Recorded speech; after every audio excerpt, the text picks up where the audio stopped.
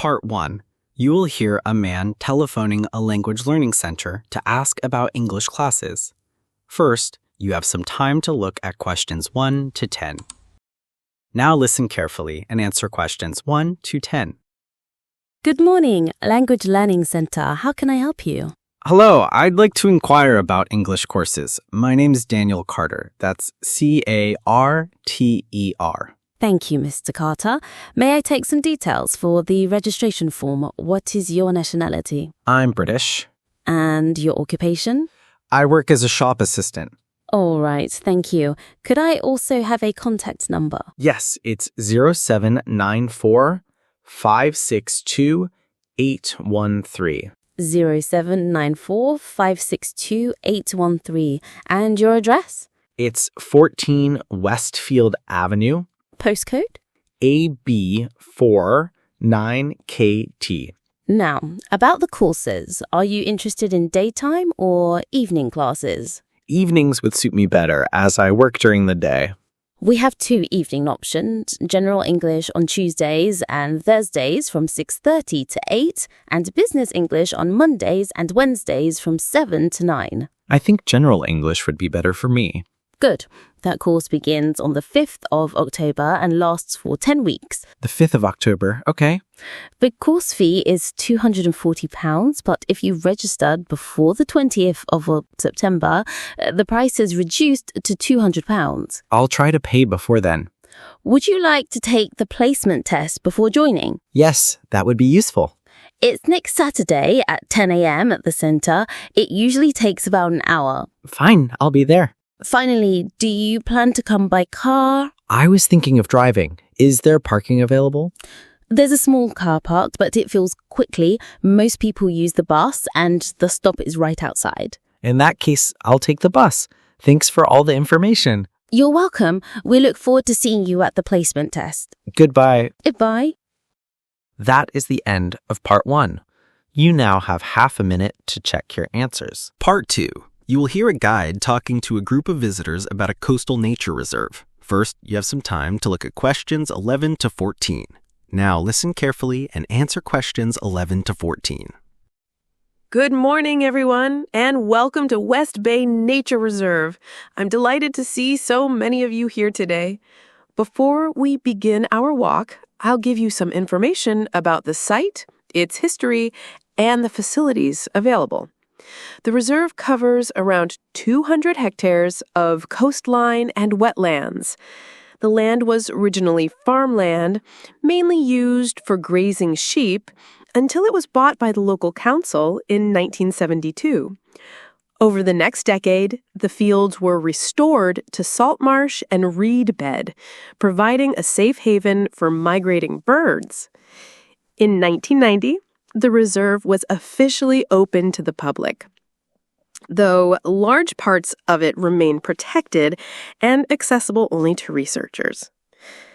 Our visitor center, which you passed on your way in, was built in 2005 and includes an exhibition hall, a cafe, and a small library. The upper floor is used by the university for lectures on environmental science, so if you see students going in and out, that's why. The ground floor is for visitors, and there's no admission fee. We do, however, rely heavily on donations, so please consider contributing in the box near reception. As per facilities, there is a cloakroom where you can leave heavy bags, and lockers are available for valuables. Photography is welcome, but tripods aren't permitted for safety reasons. Also, please keep your coats handy because the sea breeze out on the paths can be quite cold even in summer.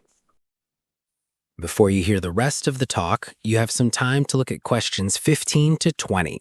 Now listen and answer questions 15 to 20. Now, let me describe the different areas of the reserve you may want to explore. Just beyond the visitor center is the Discovery Gallery. This was designed by a group of art students, and it contains interactive models explaining the tides and currents. Children particularly enjoy pressing the buttons to see how water levels change. To the right of the gallery is the bird watching hide. Today, we have an ornithologist giving short talks every half hour. So do a drop in if you'd like to learn how to identify species. Further along the main path, you'll find the education hut. This is mainly reserved for school visits, though. When not in use, you're welcome to sit there and rest. Opposite the hut is the challenge trail, a short quiz route with questions about the plants and animals you've seen so far. It's a fun way to test your memory, and children love competing with their parents.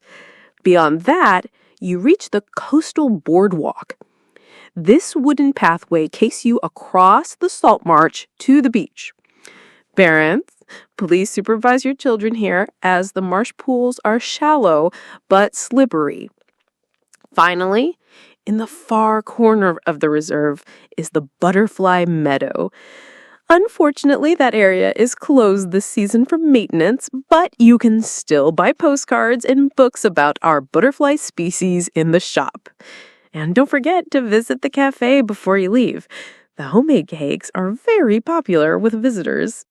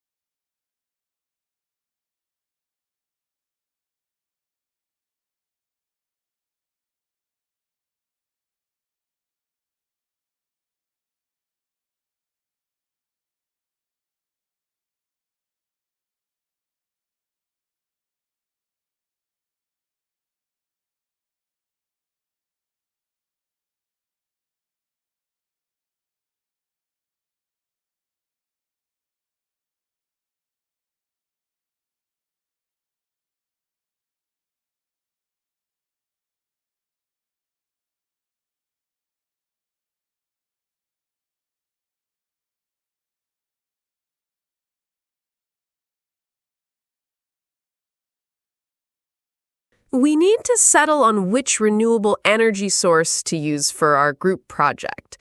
I started with wind power, since the efficiency levels have improved a lot recently. Yes, but efficiency isn't really the main problem anymore. The bigger issue is location. When turbines are built near towns, residents complain constantly about the noise, and when they're put offshore, the building and maintenance costs rise sharply. That's true. One article even claimed they don't generate enough electricity to make them worthwhile. But then government data showed the output has increased steadily. So it's not production that's the issue, it's noise and high expense. Exactly. What about tidal energy? It sounded appealing at first because tides are regular and predictable. Yes, but I read that constructing tidal barrages can seriously disrupt marine habitats. In fact, some researchers warned that fish migration could be permanently affected. I saw that too. Another report said tidal projects take years to complete, but the most significant criticism was about the environmental damage. Right. Then there's solar. The panels are certainly cheaper now than a decade ago. True, but they still rely heavily on sunlight. In northern countries, they just don't work well during winter when daylight hours are short. I almost thought cost was the obstacle, but it's really their poor performance in cloudy regions that makes them unreliable here. And biofuel? Well, it's promoted as a clean energy source, but it competes with agriculture. Using farmland for fuel crops leaves less available for food, which is why it's so controversial. So, geothermal might be the best case study for us. I agree.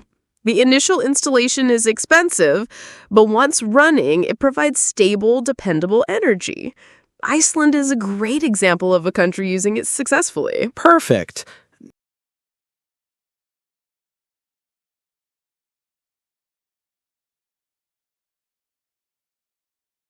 Now, let's think about the flowchart for our project. The first step is to describe the background of renewable energy. Then we need to identify suitable sites where your plants could be built. After that, we'll calculate the costs of installation. And then compare the advantages and disadvantages with other energy sources. Exactly. Finally, we'll write recommendations for sustainable policies. Good.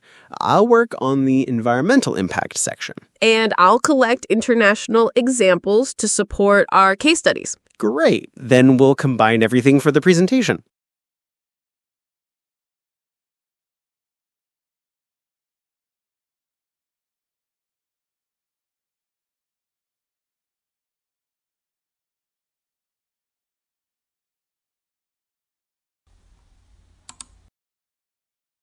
Part 4. You will hear a university lecturer giving a talk on how wildlife adapts to cities. First, you have some time to look at questions 31 to 40.